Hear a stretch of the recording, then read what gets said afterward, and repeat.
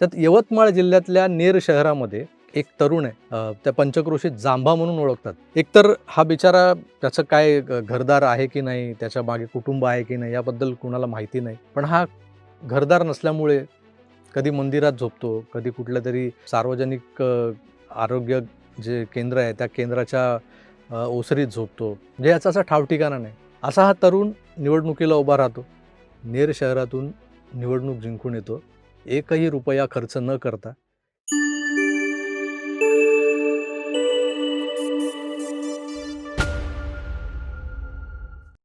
मी आता जी गोष्ट तुम्हाला सांगतोय ना मित्र, ती 80च्या दशकातली आहे. 1984-85 साल होतं ते.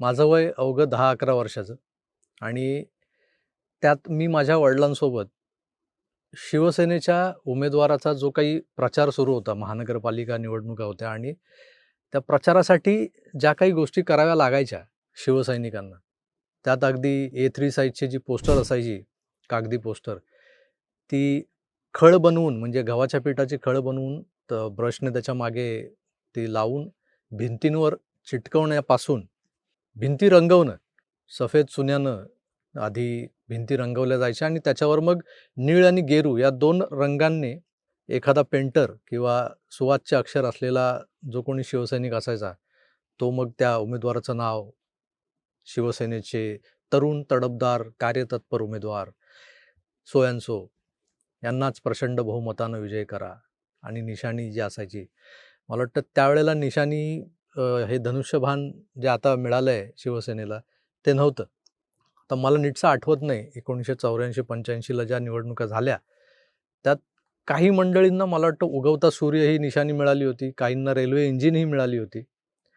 अशा वेगवेगळ्या निशाणींवर लढवलेली ती निवडणूक आणि ती जिंकली शिवसेनेनं आणि त्यानंतर शिवसेनेचा जो काही राजकीय उत्कर्ष झाला तो आपण पाहिलेला आहे. पक्ष जेव्हा असा उत्कर्षाप्रत येतो म्हणजे अगदी सुस्थितीत येतो, सत्तेत येतो आणि बऱ्यापैकी मग रिव्हेन्यू जनरेट होतो. पक्षाची तिजोरी भरली जाते आणि जेव्हा पक्ष सदन होतो, गब्बर होतो, त्यानंतर मग हळू त्या पक्षाची जी चाल असते, जे चलन असतं, जे वलन असतं, हे सगळं सगळं बदललं जातं. आता ज्या पक्षासाठी मी अगदी लहानपणापासून काम करत आलोय, माझे वडील एक शिवसैनिक म्हणून काम करत होते. त्या पक्षात मला आलेला एक बालवयातला अनुभव मी तुम्हाला सांगितला. त्यानंतर मी कित्येक वेळा, कित्येक निवडणुका ह्या शिवसेनेसाठी काम करणारा शिवसैनिक म्हणून घालवलेल्या आहेत. त्यानंतर आत्ताच्या ज्या मॉडर्न युगातल्या या निवडणुका बघतोय, सोशल मीडियाच्या युगातल्या निवडणुका. या निवडणुका प्रचार करण्याची आत्ताची पद्धत आणि त्यावेळची पद्धत यातली जी काही तफावत आहे, जे काही ट्रान्सफॉर्मेशन झालंय, ते सगळं बघितल्यानंतर खरोखर अगदी अवाक व्हायला होतं. ढोर मेहनत ज्याला म्हणतात ना, जे प्रचंड मेहनत करून विजय मिळवला, विजय साकारला असं जे म्हटलं जायचं पूर्वी, ते त्यावेळेला व्हायचं खऱ्या अर्थानं. अगदी रात्रीच्या म्हणण्यापेक्षा पहाटेचे 3, 3:30, 4 वाजेपर्यंत कार्यकर्ते गल्लोगल्ली फिरून पोस्टर्स डकवणं असो, भिंती रंगवणं असो, झेंडे लावणं असो, बॅनर बांधणं असो 2 लाईटच्या पोल्समध्ये, हे सगळं करत असायचे.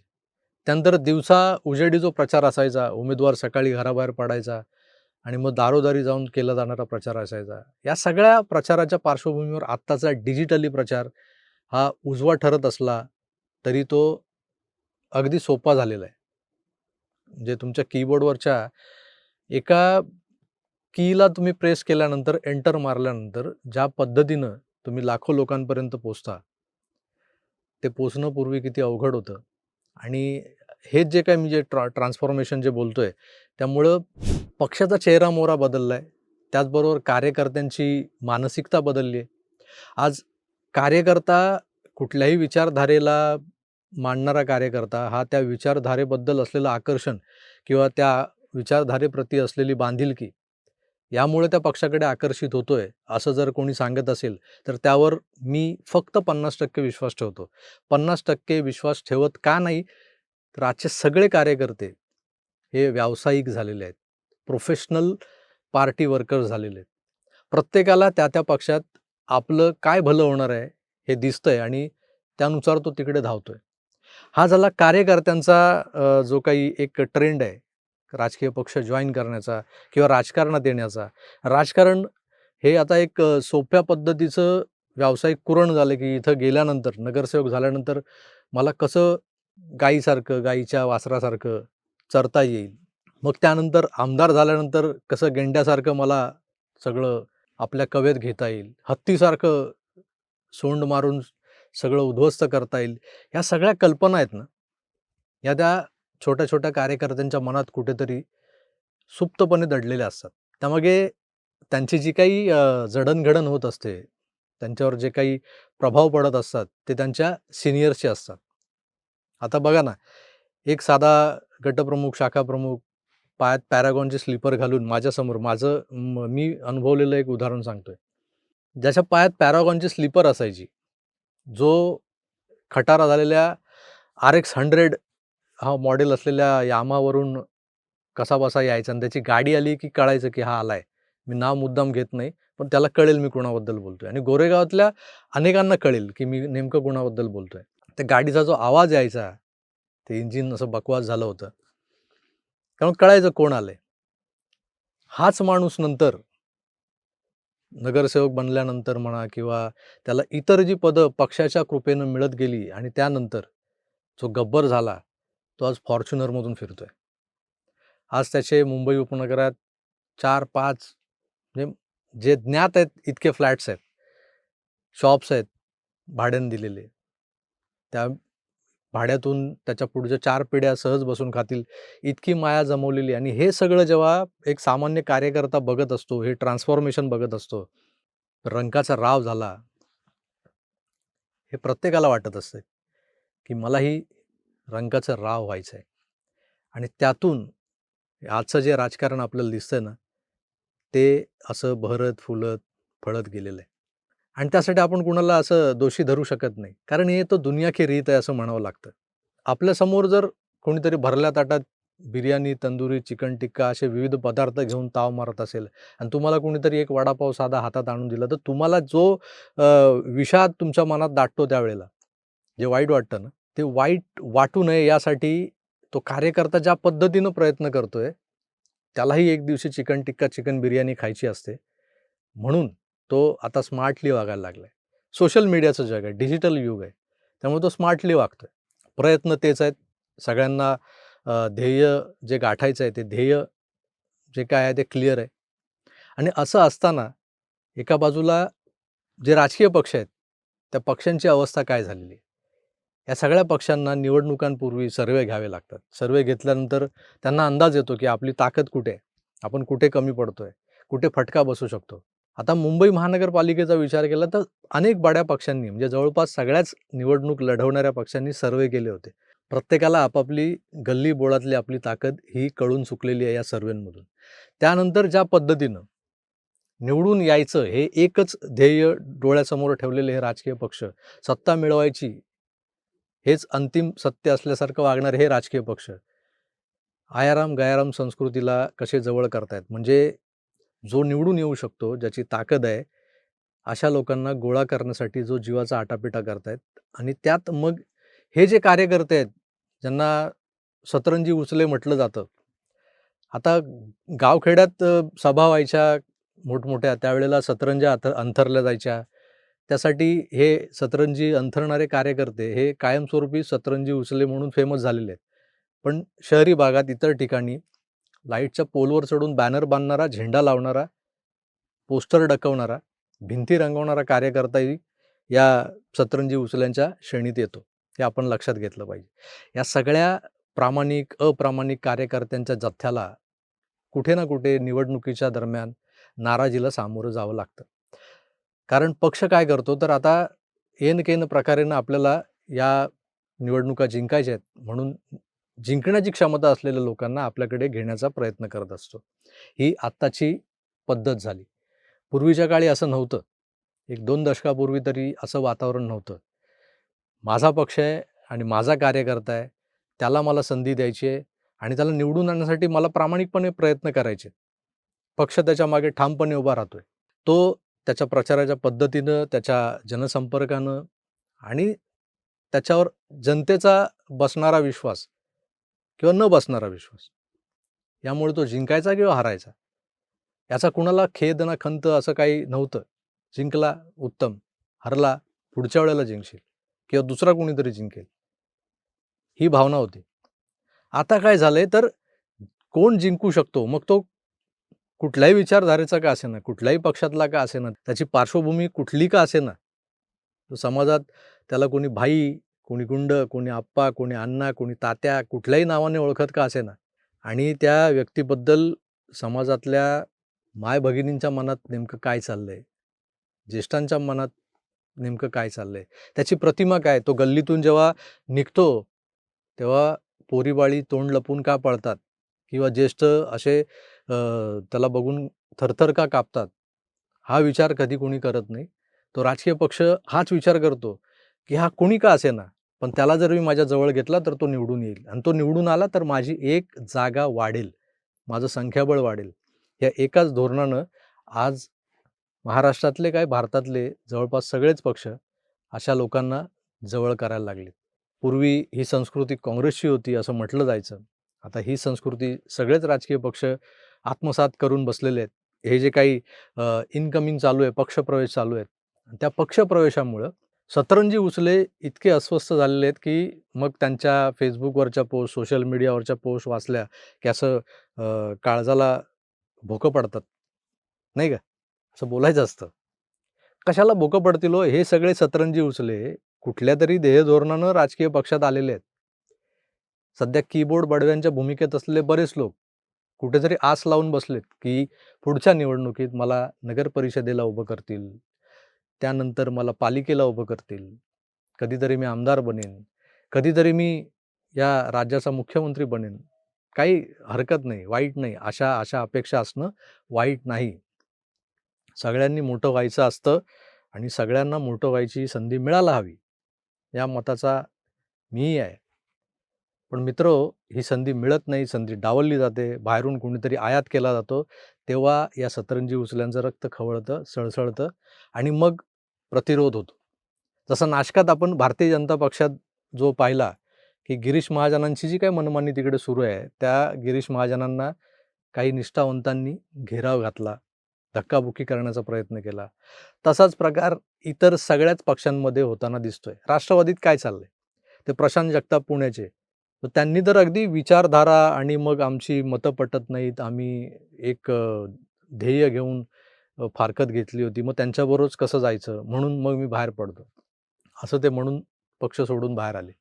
एका आमदारानं तर अशी घोषणा केली आहे, की निष्ठावंत कार्यकर्ता म्हणून जो माझ्यासोबत काम करतो किंवा पक्षासोबत काम करतो, त्याला पक्षाने तिकीट नाही दिलं आणि तर जो दुसऱ्या पक्षात जाऊन निवडणूक लढवत असेल, तर मी तो एक निष्ठावान कार्यकर्ता आहे म्हणून मी त्याचा, भले तो दुसऱ्या पक्षात गेला असला तरी त्याचा प्रचार करेन. तो अपक्ष उभा राहिला असेल तरी मी त्याचा प्रचार करेन. मग इथं त्याच्या स्वतःच्या पक्षाने जो कोणी अधिकृत उमेदवार दिलेला आहे, त्याला जर पराभव पत्करावा लागला या सगळ्या गोष्टींमुळे, तरी मला काही फरक पडत नाही. ही जी काही मतभिन्नता निर्माण झाली आहे, हा जो काही रोष, प्रतिरोध आणि जी काही बजबजपुरी निर्माण झालेली आहे या राजकारणामध्ये, त्यामागची कारणं जर आपण शोधायला बसलो ना, तर मला वाटतं आपल्याला काही महिने लागतील, एक-एक मुद्द्यावर विचार करत ते मुद्दे समजून घेण्यामध्ये. कारण हा जो काही पैशांचा खेळ, खोके, पेट्या, नोटांची बंडलं आणि हा जो काही माजलेला भ्रष्टाचार आहे आणि सत्तेतून पैसा आणि पैशातून पुन्हा सत्ता, हे जे काही नवीन समीकरण तयार झालेलं आहे आणि ते समीकरण राबवण्यासाठी झटणारे हे लोक बघितले, हे नेते बघितले. त्याचसोबत या नेत्यांकडे बघून त्यांच्यासारखंच कडक खादीमध्ये उद्या मलाही फिरायचं आहे. माझ्या बुडाखालची जी काही ॲक्टिवा आहे, ती आता मला काही वर्षात सोडून द्यायची आहे. मलाही फॉर्च्युनरमध्ये बसायचं आहे. ह्या अपेक्षेनं वावरणारे जे सतरंजी उचले, स्वतःला सतरंजी उचले म्हणवणारे लोक, खरं तर नसतात हे सतरंजी उचले. आता कोणी सतरंज्या उचलत नाही. सगळ्यासाठी पैसा फेकला जातो. डेकोरेटरची माणसं येतात, त्यांची माणसं सतरंज्या टाकतात, उचलूनही घेऊन जातात. सोशल मीडिया एजन्सीला काम दिलं, की मग ते काय तुम्हाला बॅनर लावायचे आहेत, होर्डिंग लावायचे आहेत, फ्लेक्स लावायचे आहेत, सगळं ते करतात. कार्यकर्ता आता नेमका कोणत्या कामासाठी उरला आहे, याचाही शोध घ्यावा लागेल, जर आपण बसलो कधी या सगळ्या मुद्द्यांचा विचार करायला तर. या सगळ्या बजबजपुरीला बघितल्यानंतर काही लोकांना असं वाटेल की मरू दे ती निवडणूक, मरू दे ते राजकारण. पण यातही कुठेतरी एक आशेचा किरण आपल्या समोर येतो. आता ज्या निवडणुका झाल्या ना, नगर परिषदेच्या, नगरपंचायतींच्या, त्यात यवतमाळ जिल्ह्यातल्या नेर शहरामध्ये एक तरुण आहे. त्याचं नाव सचिन कराळे. त्याला त्या पंचक्रोशीत जांभा म्हणून ओळखतात. आता कोकणात जांभा नावाचा एक दगड असतो. पण तो इतका उपयुक्त असतो, की आणि तो उपयुक्त काय, तो एवढा लोकप्रिय आहे, की त्या जांभ्याचं घर बांधलं जातं. आणि असाच जांभा नावाचा हा जो तरुण आहे, तो समाजासाठी कसा कणखरपणे काम करतोय. एकतर हा बिचारा, त्याचं काय घरदार आहे की नाही, त्याच्या मागे कुटुंब आहे की नाही, याबद्दल कुणाला माहिती नाही. मलाही तेवढी पुरेशी माहिती मिळालेली नाहीये. पण हा घरदार नसल्यामुळे कधी मंदिरात झोपतो, कधी कुठल्यातरी सार्वजनिक आरोग्य जे केंद्र आहे, त्या केंद्राच्या ओसरीत झोपतो. म्हणजे याचा असा ठावठिकाणा नाही. असा हा तरुण निवडणुकीला उभा राहतो. ह्याच्याकडे खरं तर आर्थिकदृष्ट्या असं ठोस असं काही कमाईचं साधन नाही, त्यामुळे पैसा नाही. ज्या बाजूला पैशांचा महापूर येतो निवडणुकीच्या काळात, पैसे वाटले जातात. एकेका मताला 15-15, 20-20 हजार रुपये दिले गेलेत, असं आपण ऐकून आहोतच. त्या परिस्थितीमध्ये, त्या युगात हा सचिन कराळे उर्फ जांभा नेर शहरातून निवडणूक जिंकून येतो. एकही रुपया खर्च न करता, निव्वळ आणि निव्वळ त्याच्या पूर्वपुण्यामुळे. हा ज्या पद्धतीनं समाजासाठी समर्पित भावनेनं काम करत आलाय, कधीही रात्री अपरात्री कुठली रुग्णसेवा असो किंवा इतर कुठली कामं असो, त्या कामासाठी जेव्हा याला फोन केला जातो, हा जिथे असेल तिथून हा डोळे चोळत, उठून धावत पळत सर्वसामान्यांच्या मदतीला येतो.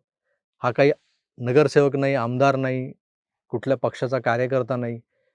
ह्याचे काही फार मोठे कनेक्शन्स नाहीयेत. समर्पित भावनेनं सेवा करायची, हे जे काही त्याच्या अंगी बाणवलं गेलेलं आहे, त्याच्या या सद्गुणामुळे तो या पंचक्रोशीत इतका लोकप्रिय झाला आणि त्याने चमत्कार घडवून दाखवला, की बाहेर कितीही बरबटलेलं वातावरण असलं, तरी त्या वातावरणातून कमळ उगवतंच उगवतं.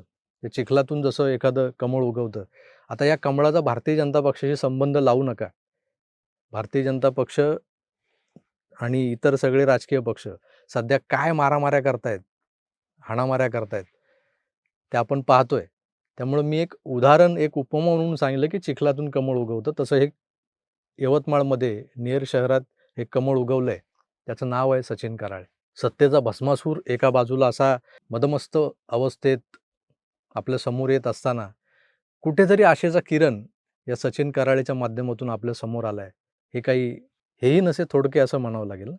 कारण कसं आहे, की अमावास्येच्या काळोख भरल्या काळ्या मिट्ट रात्रीनंतर पुन्हा एकदा पहाट होत असते आणि सूर्यदेव आपलं दर्शन देतात आणि त्यानंतर स्वच्छ लख्ख असा प्रकाश पडतो आणि त्या प्रकाशमान झालेल्या दिवसात आपल्याला पुन्हा चांगली कामं करण्याची ऊर्जा मिळते. आदली रात्र अमावास्येची होती, काळोखी होती, भीतीदायक होती. मनावर एक मळभ निर्माण करणारी होती. ते सगळं विसरून आपण त्या स्वच्छ सूर्यप्रकाशात चांगली कामं करायला बाहेर पडतो. सचिन कराळे, यवतमाळ जिल्ह्यातल्या या नेर शहरातला हा नवनियुक्त लोकप्रतिनिधी, हे त्या स्वच्छ सूर्यप्रकाशाचं एक उत्तम उदाहरण आहे. अशा चांगल्या सकारात्मक गोष्टींकडेही आपण पाहायला हवं. कारण एका बाजूला ज्या पद्धतीनं हा अंधकार पसरला आहे, त्यामुळं खरोखर मनावर मळभ दाटत चाललेलं आहे. आणि हे मळभ जर दूर करायचं असेल, तर सचिनसारख्या, ज्याला जांभा म्हणतात, त्या जांभासारख्या या उगवत्या सूर्याला आपण नमस्कार करायला हवा. एकंदरच आजचं जे काही माझं विवेचन आहे, ते नेहमीच्या पठडीतलं नव्हतं. नेहमीचे यशस्वी कलाकार वगैरे आपण जे आणतो, उद्धवजी, संजय राऊत, देवेंद्र फडणवीस, राज ठाकरे, यापैकी कुणीच आज या विवेचनात नव्हतं. आज कोण होतं तर सचिन कराळे उर्फ जांभा आणि त्याच्या आधी जे काही घडलं, जी बजबजपुरी, त्याचं दर्शन कित्येक लोकांना आवडणार नाही, पटणार नाही, रुचणार नाही.